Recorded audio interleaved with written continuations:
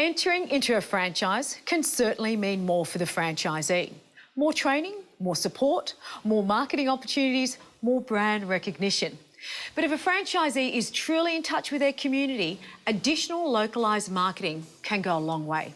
Now, it's a matter of knowing your customer, working out how best to communicate with them and delivering what they want right back to them. Get your marketing right and the possibilities could be limitless. Hi, I'm Effie Zahos and welcome to The Franchise Show.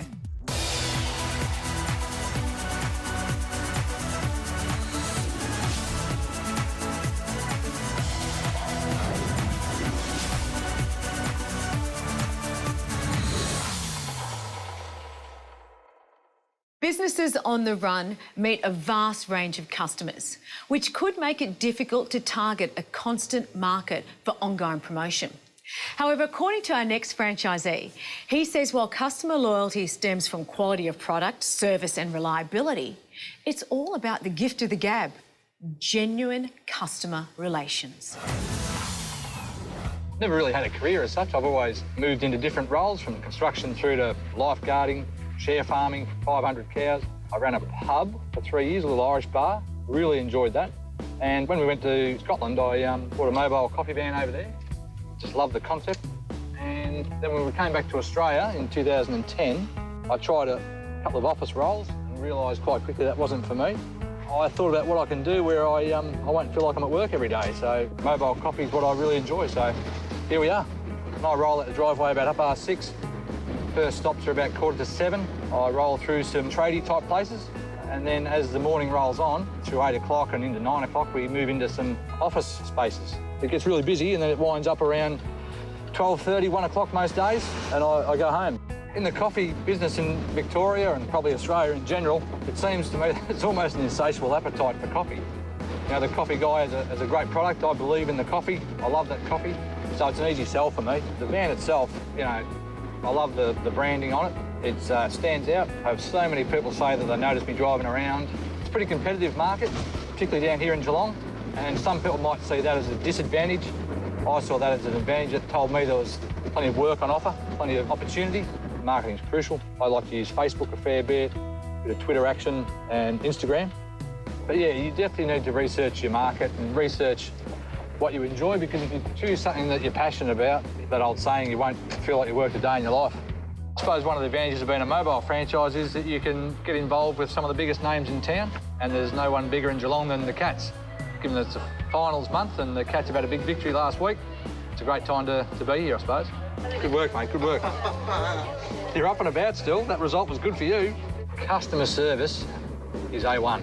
When you say you're going to turn up, you turn up, you know, because coffee drinkers like their coffee at the same time every day. It's a very mature market and people know what a good cup of coffee is, so you need to be very practiced at that and very passionate about that. But you need to be probably a people person. You need to enjoy being around people. You know, once you get your customers locked on, they're very, very loyal. In my business, I see these guys, you know, every day. So you get to know people really well. You get to know their families, you get to know where they're going on holidays. I say to the guys, you know, this is your van. If you need me to come back in the afternoon, don't be shy. That can be arranged. I'm coming up for 2 years in November and I'm really happy with the system, the brand, the support you get, you know, the logistics and supply network that's in place. You know, I've never had a problem. The Coffee Guy team, you know, they're there to help. They'll assist wherever possible, so it's great to know that those guys are in the background. You know, that's part of the reason that you buy into these things, is that all that's in place. And honestly, hand on heart, you know, in this 2 years, it's been fantastic, really. Researching what suits you, what suits your skills and personality, and researching that franchise, I suppose, and knowing that they're a good franchisor. That's all very important. And then you marry up with what you are passionate about and good at, and if you can do that, and that'll flow through. From my point of view, you know, mobile coffee can't get any better. We'll be back soon after this break. This is The Franchise Show.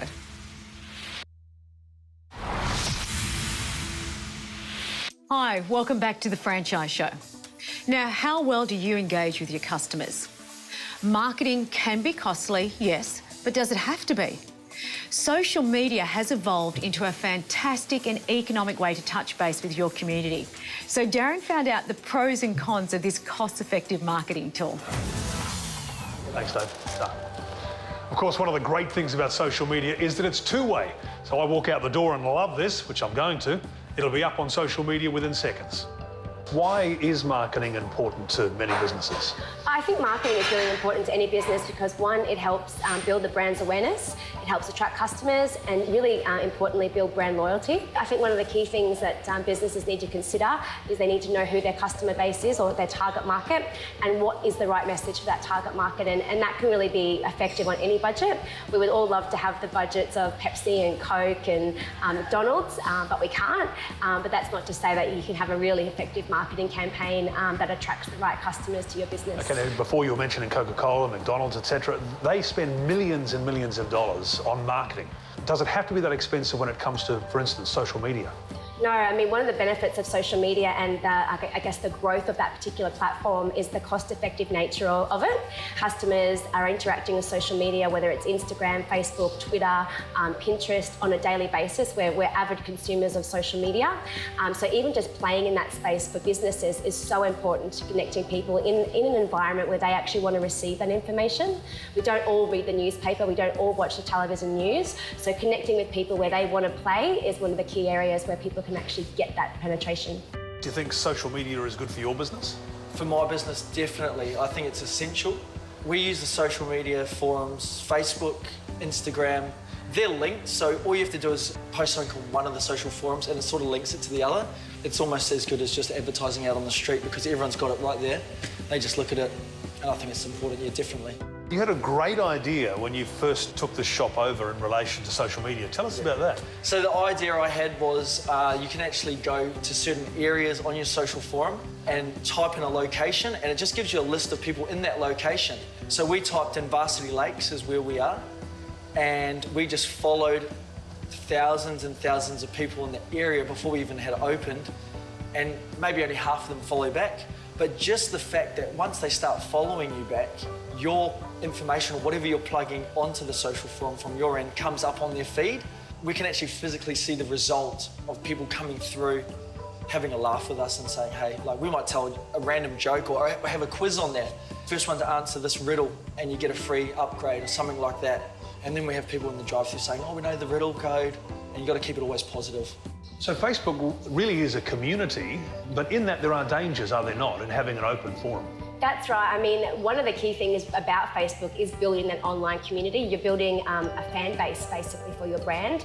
Loyal customers, potential customers who still want to connect with your brand. But there are some dangers. I mean, it is an open platform. And one of the recommendations we always make to our clients is that you have to be open and transparent. You can't simply use it as an advertising platform. You have to accept the good and the bad, but it's how you manage that communication in that platform that makes it most effective. Okay, so I'm starting my business today and I'm starting my Facebook page. What's your best tip for me? 2 tips, and one is to be prepared. It's a full-time job, so to speak. You have to dedicate that time. And secondly is be really planned with your content. Have a content management strategy in place and plan your content for the month in advance.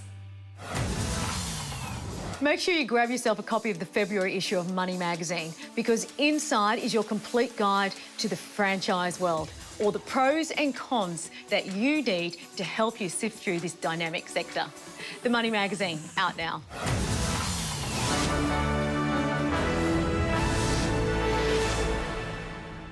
I'm Sally Illingworth and I'm the Northern Territory Franchise Partner for Crust Gourmet Pizza Bars. At the time that the opportunity became available, I was already working within the brand, so I started in-store and then worked my way up, and I was working at a corporate level. And then the opportunity came up, and because of my history in Darwin, I lived in Darwin for 8 years prior. I mean, I was fresh out of school really, so that was tough for me. And the biggest change was moving from a managerial side of things into that business owner position. So before I became a franchisee, I understood very well that I was going into a system where there's ample professionals there that I can work with that are going to help me operate my business at the end of the day, not on a day-to-day basis, but in terms of strategy and all that sort of stuff. But I didn't understand the capacity at which Retail Food Group as a franchisor offered that. So the people that you can leverage off of to better run your business.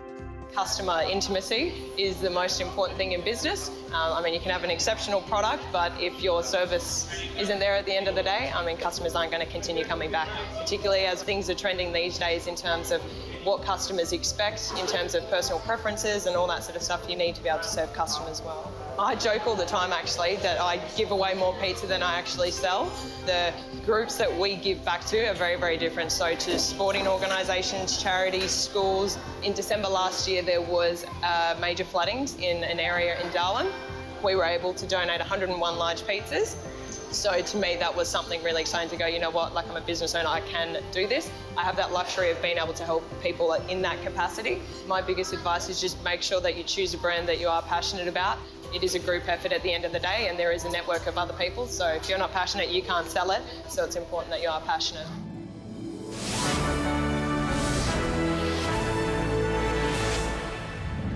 More franchise information and advice is coming your way after this break. This is The Franchise Show.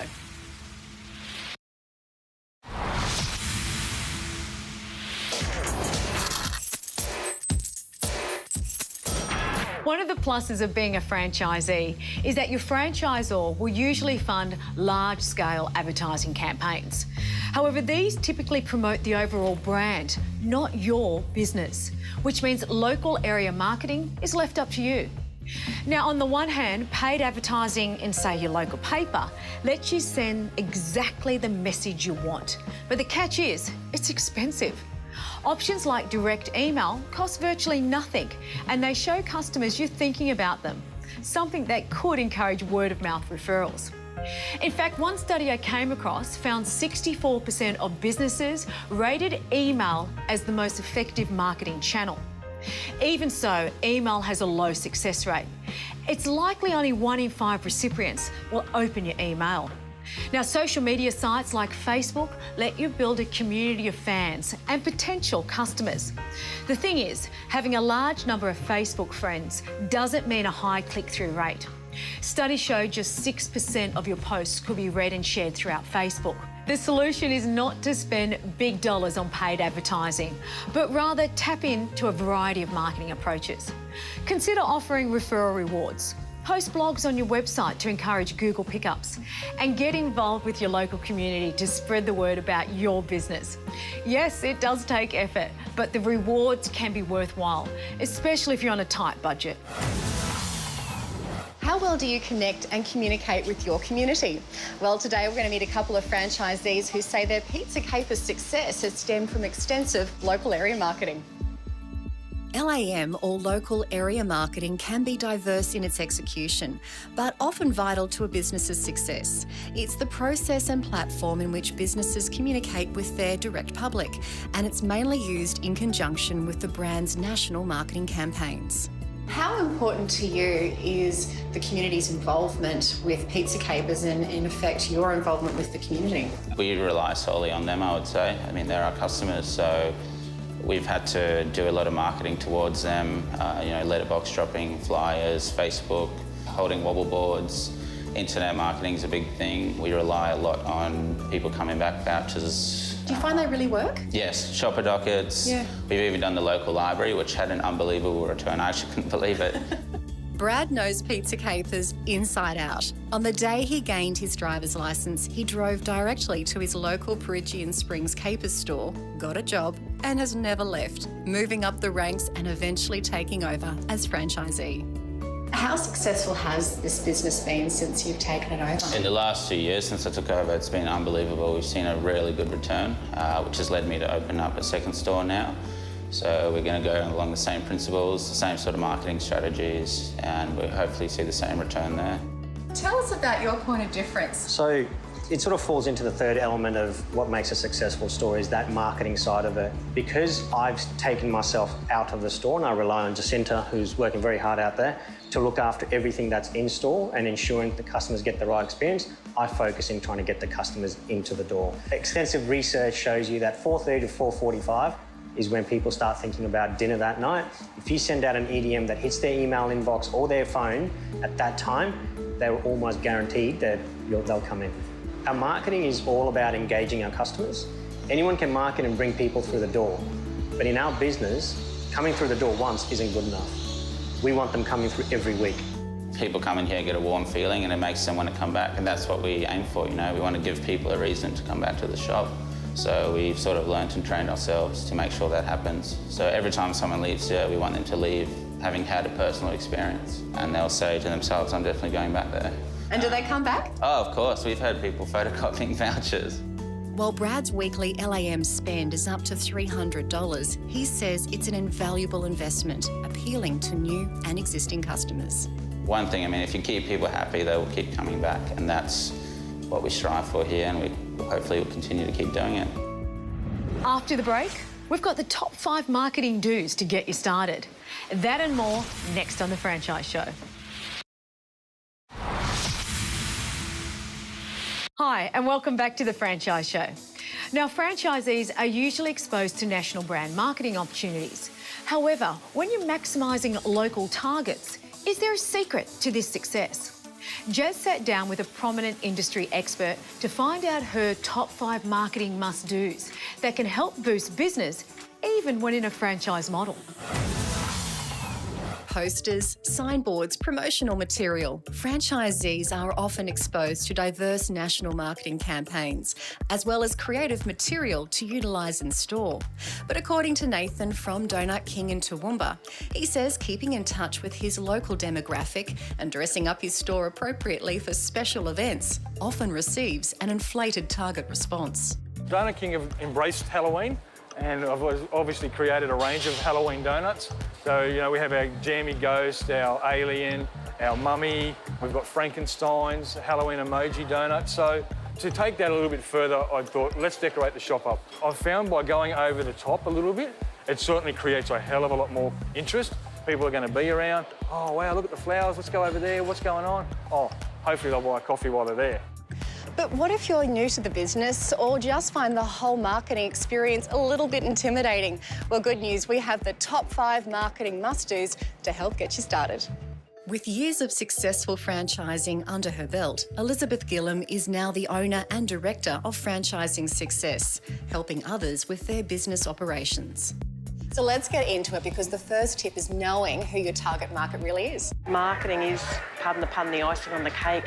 You need to know your target market and what they do, how they hang out, what is their movements, like how does their average day look. And once you know that, you can target your campaign right to meet that specific person. So number 2 is dressing your team and dressing your store to match the campaign. You can have the best campaign in the world, but unless you execute it well at store, it's going to fall flat. I guess loyalty is a really big thing too when you're trying to communicate and connect with your community. Absolutely. Your national franchisor has gone to all this trouble to set up the loyalty program, and one of the most common mistakes I see is that people just don't support or implement that loyalty program. Elizabeth feels not all franchisees look at loyalty programs in a positive light. She says it's not about giving away a free item, rather an incentive for a customer to visit the store more often in order to reach that prize faster. As for tip 4, she says support the community who supports you. Sporting clubs particularly are always looking for something to reward their players. So the team player of the week, create a little certificate with a little voucher on the bottom, and what happens is the little player has won, so they come straight down to the store, but they bring mum and they bring the sisters and they bring the brothers. So yes, you have given away a product, but all of a sudden you've got the whole family in there buying whatever it is you're selling. And my final tip is actually use the in-house marketing team that your franchisor has there. You're paying for them, they're there anyway. So utilise them to do that team certificate I talked about there before, but do it in the brand colours with the brand style. And according to Nathan, while local area marketing may take a little extra effort, it can really pay off. In this day and age, everyone chucks up a balloon for a sale or a poster we're having a sale, and I think it's become a little bit norm. And I think by doing this, it just expands on it and makes it better, and obviously we sell a lot more.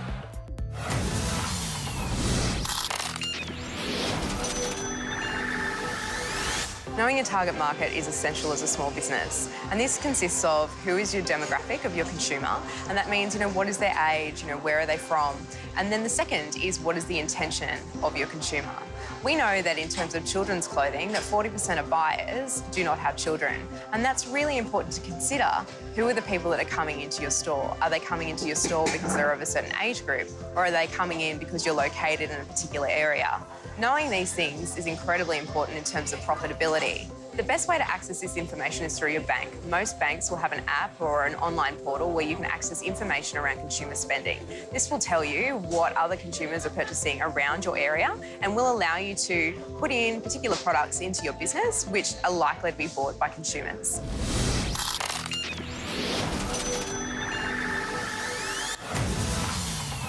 Australia's largest multi-brand food franchisor is now looking for people like you to become small business operators across these iconic brands. To inquire about how you can own a business of your own, call 1800 067 619 or visit www.rfg.com.au. Start your franchising journey today. Whether you're in a franchise benefiting from a brand's national promotional campaign or you're on your own, marketing doesn't have to cost big bucks. But a budget of some sort can certainly help your business reach that next level. Now, more importantly, knowing exactly who your customer is and giving them what they want is by far one of the biggest secrets to success. I'm Effie Zahos. Thanks for watching The Franchise Show and enjoy the rest of your weekend.